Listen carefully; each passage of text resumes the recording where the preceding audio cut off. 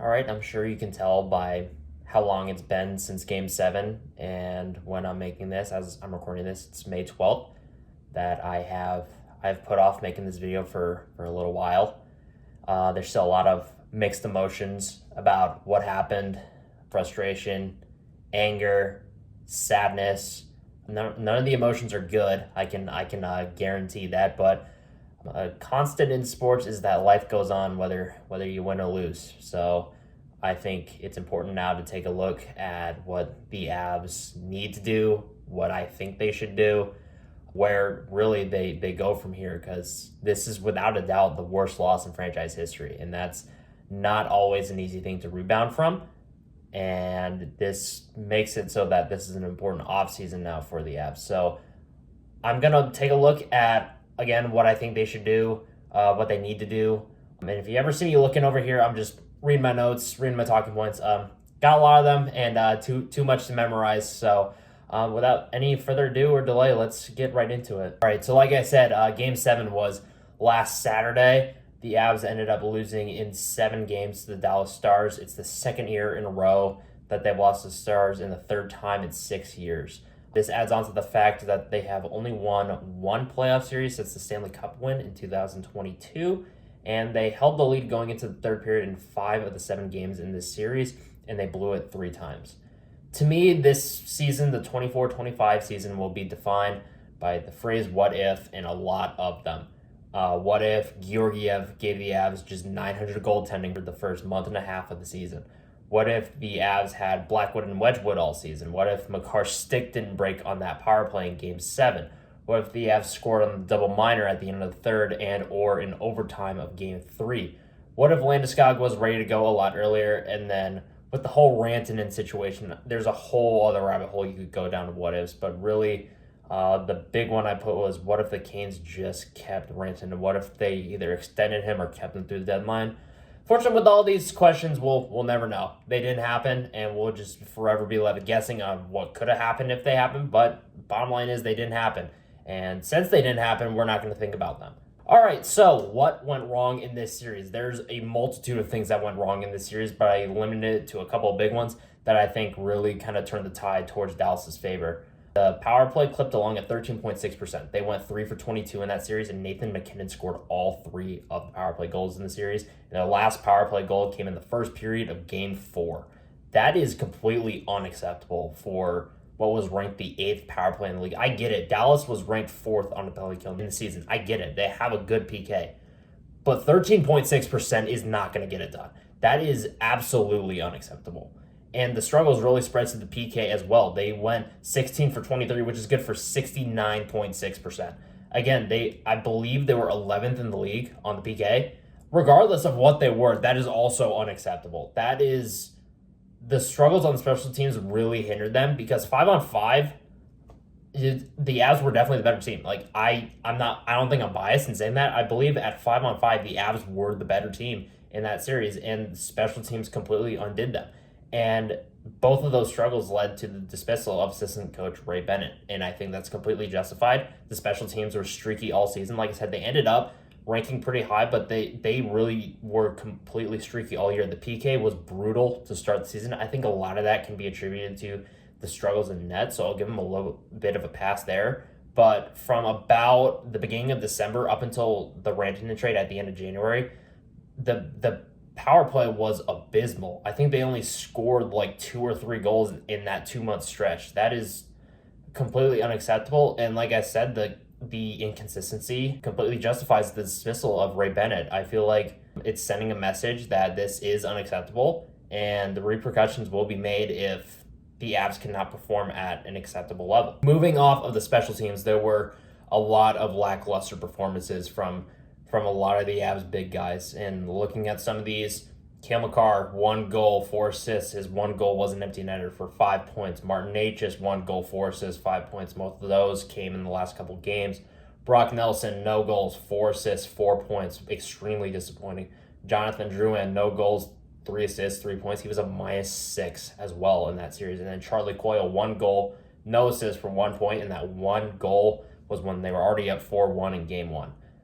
And from a viewing perspective, in a less specific reason, from a viewing standpoint is that in all three of these series losses, 2022 to Seattle, and then these last 2 years against Dallas, the Avs got pushed around. They got outmatched. They got pushed around on a lot of plays like board battles, trying to get through the neutral zone to get some ozone time, especially on the bottom six. They got pushed around by some big guys, the likes of Brandon Tanev in 2022, and the likes of Mason Marchment and Jamie Benn these last 2 years. So that's really been the undoing for this Avs team when it comes to playoff time, when it becomes difficult to play teams, is that their strategy of only filling out the bottom six with fast but small guys who can score.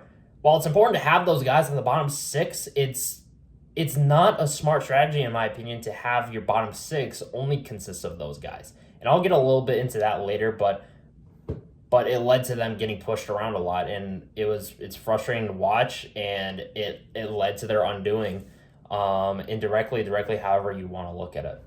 So, looking ahead, I'll start with the objective facts with what is going to happen, and then I'll move into my opinion going forward after we get through that. So, looking ahead, the Avs pending UFAs this summer are Brock Nelson, Jonathan Drouin, Ryan Lindgren, Yoel Kiviranta, and Jimmy Vesey.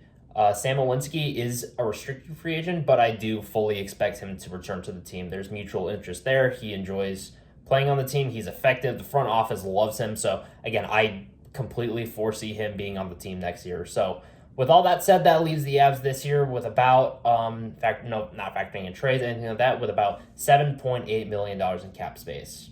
And that is ranked 30th in the league. It's definitely going to be a little tight. It's not going to be quite as tight as last summer, but it is going to be very tight. It's going to be a little difficult to sign some of these free agents when teams with more cap space are able to outbid you a little bit. So, with that being said, let's look into what I think they should do, what the subjective facts of what I think the Avs need to do this summer. First and foremost, it hurts to say, but they need to trade Josh Manson. He's got 1 year left at $4.5 million, and I want to preface this. I want to make this clear that the Avs do not win the Cup in 2022 without trading for Josh Manson at the trade deadline. He was vital to that Cup run. He provided so much physicality on the back end. He was a perfect partner for Sam Girard, and then he was able to babysit Jack Johnson when Girard went down, and we unfortunately had to put him in the lineup. Scored some clutch goals, scored the OT winner in Game 1 against St. Louis, scored the second of many goals in Game 2 against Tampa. Like I said, he was vital to that run, and the Avs do not win the Cup without him, and I am, whatever happens this summer, I'm forever thankful that I got to watch him suit up in the burgundy and blue. But, of course, this is a business, and tough decisions have to be made. And looking at Josh Manson, he's 33 years old. Like I said, he's a very physical player, and he's getting up there, and that play style is not sustainable for the ages he's at. He only played in 48 games this past season, and when watching him, the skating ability shines at times, but mainly on offense, which they don't really need that because his partner is Sam Girard, who provides enough offense on his own, and his skating ability really hinders when he's in his own zone. He looks lost at times, and sometimes he just can't catch up to those fast developing plays. So unfortunately, I think with the cap hit factored in, that Manson has to be on his way out this summer. Secondly, I think that you got to let Jonathan Drouin walk. And in his Avs tenure, we've seen the good and the bad and the ugly. At the good, he's got an excellent shot. He's got an excellent shot. He's got great speed. He can really catch the goaltender sleeping at times. But the bad really came in this year when he only played in 43 games this year. He suffered a pretty nasty rib injury in the first game of the season. Came back, played a couple games, then re-aggravated it at Florida, missed a bunch of time again. And then when he came back, he was only able to register 37 points. Only 11 of those were goals. And then we saw the ugly in the playoffs. Jonathan Drouin was completely invisible and a non-factor in the playoff series. He got demoted to the third line and played with Charlie Coyle and Yoel Kiviranta. It was clear the chemistry just was not there because those three had not played together at all this past season. And he eventually even lost the trust of the coaching staff. He only got 7 minutes and 45 seconds of ice time in Game 7.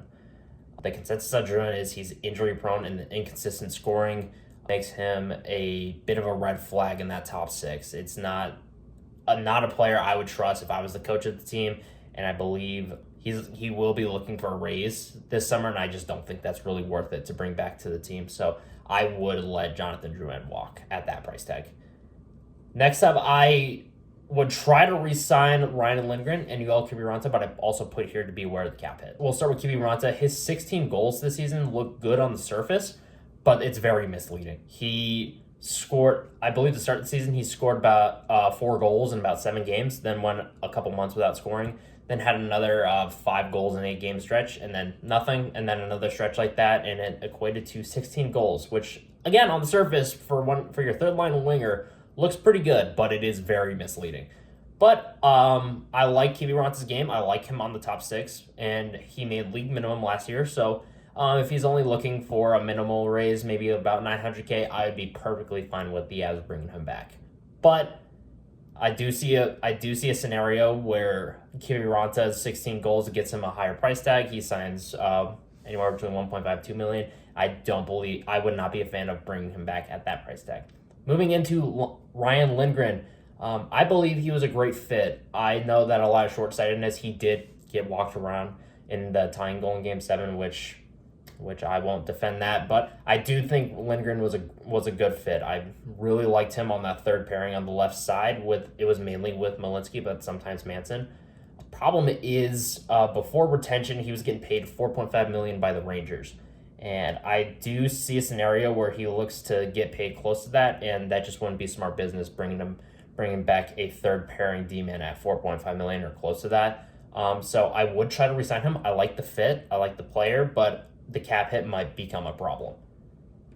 And I alluded to this, but a big emphasis on what the Avs look at is getting a lot bigger on the bottom 6. Like I said, they got pushed around these past couple of years in the dog days of the playoffs. So I really think that only putting guys that are small, that can skate the puck out, but do get pushed around if they get in a little trouble in their own end, is not a good strategy.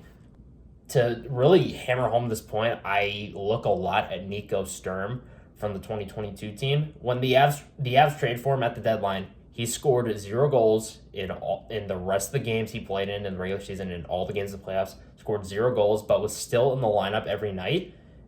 And you ask why? It's because he was big, he won faceoffs, and he won those tough board battles when it got into the nitty-gritty of the game. So I miss Nico Sturm. He was a dog. I miss him. They really should have kept him. And if we're on the subject of players they should have kept, I look a lot at Brandon Duhaime. When he left in the summer, I said that was a big mistake by the Avs front office to let him go. And now look at how effective he is on what many, including myself, consider to be the best fourth line in the league in Washington. And I won't fault the Avs for losing Trennan. He got a bag from Minnesota, and he honestly got overpaid. So I will not fault the Avs front office for losing Trennan. I will fault them for losing Duhaime. That was not good business. They definitely could have kept him, and he has become very effective in Washington. And he did show flashes of what he could do on his brief stint with the Avs last year, and I think that was a major mistake to let him go. So, looking at what they can do, because obviously they can't bring Brandon Duhaime back because that is in the past. So, who should they take a look at? I can say all these things, but people will look for answers, and I don't blame them. A big name I want them to look at is Trent Frederick. He's a big dude, 6'3", 221, and he is having a bit of a down year. He's got 8 goals, 7 assists for 15 points. But if you look at it from a certain perspective, could be a good move. It could be a buy low risk, high reward investment. If he can get back to his Boston form, scoring 20 to 30 points a year, then that could be a legit weapon on your bottom 6. Someone who can throw his body around and can provide the occasional scoring. And a big point that I made here, that for why I want the Avs to look at him, is he might already have chemistry with Charlie Coyle, your third line center. So, I mean, it could be worth taking a look at. I'm a big Trent Frederick fan. He's pretty young. I believe he's 26. And I do believe that he would be an effective player on your bottom 6. A couple names I also put down here, guys like Krisha Dvorak, Radek Faksa, Sean Corrali, Nick Bukestad, all won't be super expensive, but can definitely give your bottom 6 a little more oomph. Can give them a little more punch, can give them a little more intimidation.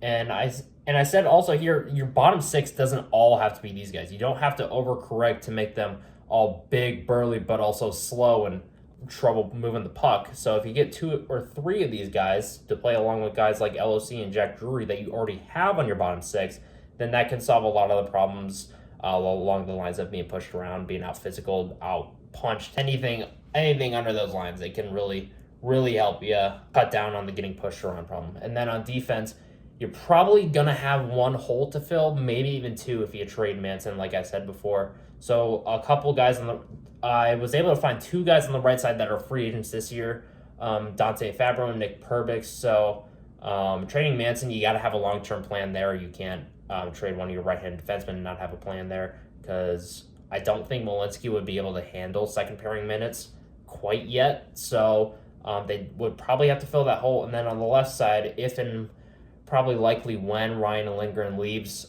some guys I noted down here: Matt Grzelcyk, Vladislav Gavrikov, Brian Dumoulin, Derek Forbort, Nate Schmidt, and a long shot here I put is Dmitry Orlov, because he is making $7 million from Carolina right now, but that's not necessarily guaranteed that he'll be looking for $7 million. So if he's looking to take a discount, especially if Canes don't win the Cup this year, which that can make it a little more likely, could be a legitimate option on that bottom pairing. And lastly, they need to find a long-ish term second center solution after, unfortunately, the cost of winning cost the Avs Nazem Kadri, and they've been trying to fill that hole ever since. They thought Alex Newhook would take that mantle. He did not. The Ryan Johansson trade was a complete disaster. The Casey Middlesack trade looked good at first, but really reared its ugly head. And then the production just was not there with Brock Nelson at the back half of the season and in the playoffs. So, but speaking of, he is not coming back. The Avs, like I said, only have $7.8 million in cap space. Brock Nelson's probably going to be looking anywhere between $6 and $7 million, so he is not coming back.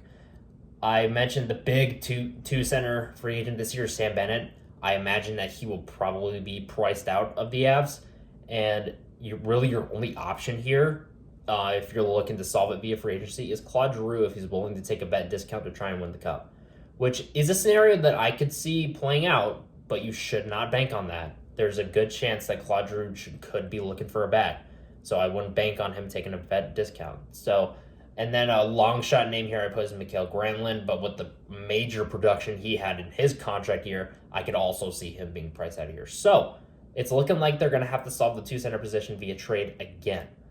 And it's hard to name exactly who is on the trade market, because at the end of the day, the only people that know who's being shopped are the front offices and the GMs themselves. But a name here that comes to mind for me is Trevor Zegras. One of the more interesting stories in the NHL is that the talent is absolutely there. He's got some of the filthiest hands I've ever seen, but the production just has not been there for the past couple of years. It could be confidence, it could be clashing with coaches, whatever it is.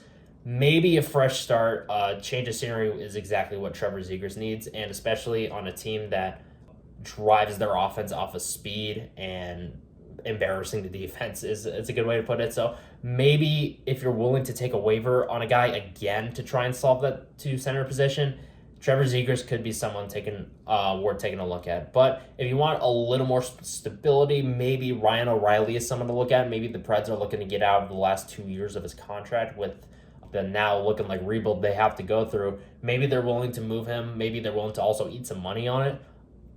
But again, though, it's very hard to pin down exactly who's going to be on the trade market, because at the end of the day, like I said before, the only people who know who are really being shopped are the front offices and the GMs themselves, and obviously that is all behind closed doors. So to summarize, with the 2 center, probably won't be able to solve it via free agency, so you're going to have to look to trade for someone. So in summary, I wouldn't call this a critical summer for the Avs, but it's definitely a very important one.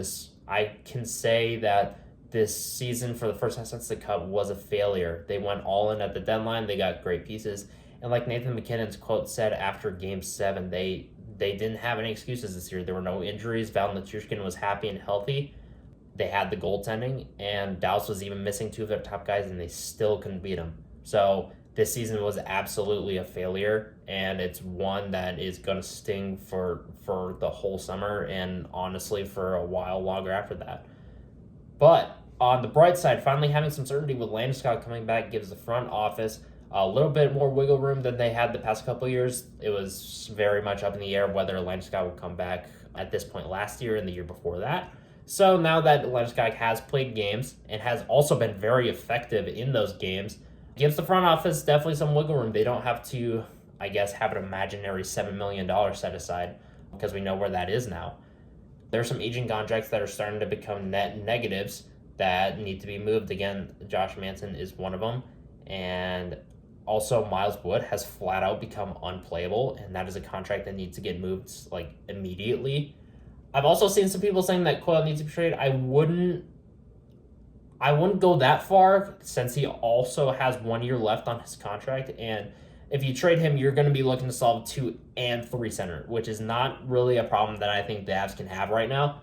But on the bright side, goaltending is finally not a question mark. You have your starter for the next 5 years, and you got a very capable backup, at least for the next season.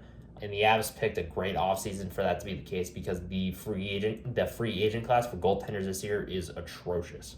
I mean, for the Oilers, it's not a matter of if they trade for John Gibson, it's when. And if they trade for him in the offseason, they're gonna have to give up a bag for him. So again, it's a very good thing that the Avs have solved goaltending and have solved it for the foreseeable future. And personally, I'm very excited to see a full season of Mackenzie Blackwood. He put up very good numbers after the trade from San Jose, and playing behind that defense, he instilled a lot more confidence in his game, and he was honestly flat out dominant at times. I'm also excited to see a full season of Marty Necas in the Avs system. And he's going to be playing for a contract next year too. So maybe that can create a very good player. At times, he showed that he's the perfect shotgun rider for Nathan MacKinnon. But again, I'm very excited to see what a full season of Marty Necas in the Avs system, what that is going to look like, because he definitely gained a lot of confidence as he went along and really established himself in this system compared to Carolina's, that really tunes more to his game, to his speed, and to his strengths. And lastly, I want to talk Avs fans to Avs fans.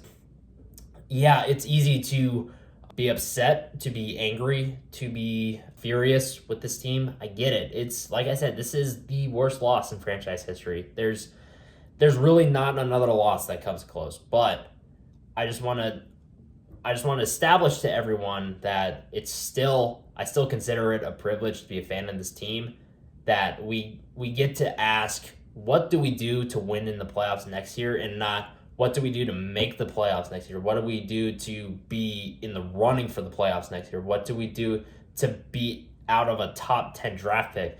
Questions, I don't mean to throw anyone under the bus, but fans of teams like Buffalo and like Vancouver have been asking for quite some time. Although Vancouver made the playoffs last year, but that's looking more like an anomaly. But that's besides the point. I just want to say that it is a privilege to be a fan of a team that strives for excellence and considers anything less than a Stanley Cup a failure of a season. So with that is a wrap on the 24-25 season, a very up and down season, I would say.